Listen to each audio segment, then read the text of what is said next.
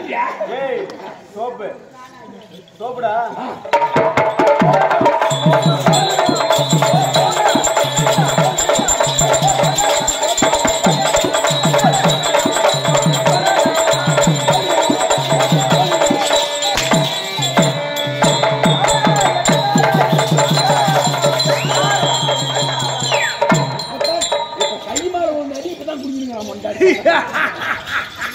நான் யாரு எங்கே பிறந்தேன் தாய் தந்தை யாரு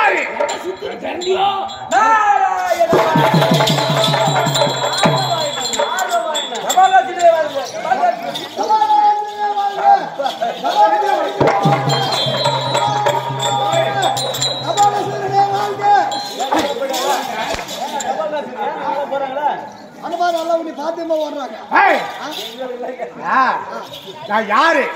எங்க பிறந்து தாய் தந்தை யாரு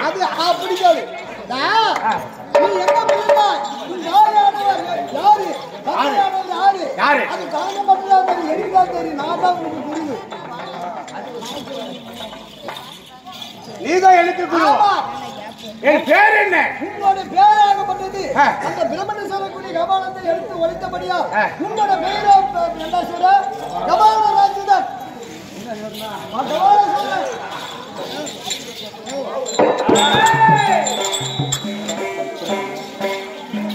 எதற்காக கபாலமாக இருந்தேன் என்ன காரணம் அந்த நாளையில் பிரம்ம கபாலமாகப்பட்டது பிரம்மனுடைய சிரமாகப்பட்டதை கிளம்பிய உண்டானா பிரம்ம கபாலமாகப்பட்டதை கிளம்பிலே பிடித்து தேவர்களெல்லாம் ஒன்றாக சேர்ந்து உன்னோட தாயார் இடத்தில் கொடுத்தபடியால் அந்த பிரம்மம் என்று சொல்லக்கூடிய கபாலமாகப்பட்டது நீ ஒரு சிறுவனாக பிறந்திருக்கின்றார் உன்னை படைத்தது உன் தாயானவள் உன்னை விற்பனை செய்திருக்கின்றார்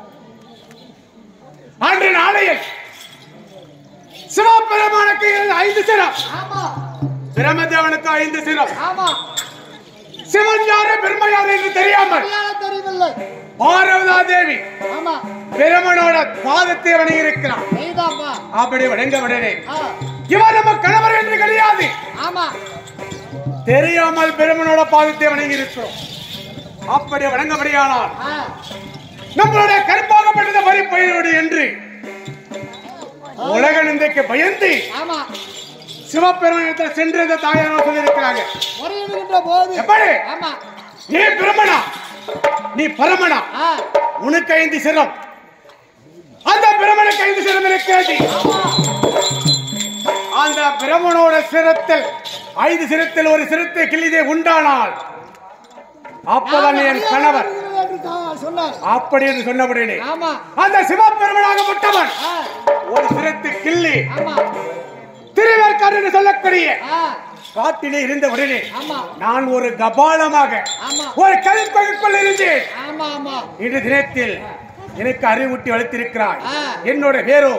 கபாலராட்சர் என்று சொல்லியிருக்கிறாயே இருந்தாலும் கபாலராட்சர் என்று சொல்லி இருந்தாலும் நான் எப்பேறப்பட்ட மன்னன் எப்பேறப்பட்ட வீரன் என்று சொல்லுகிறேன் வரும்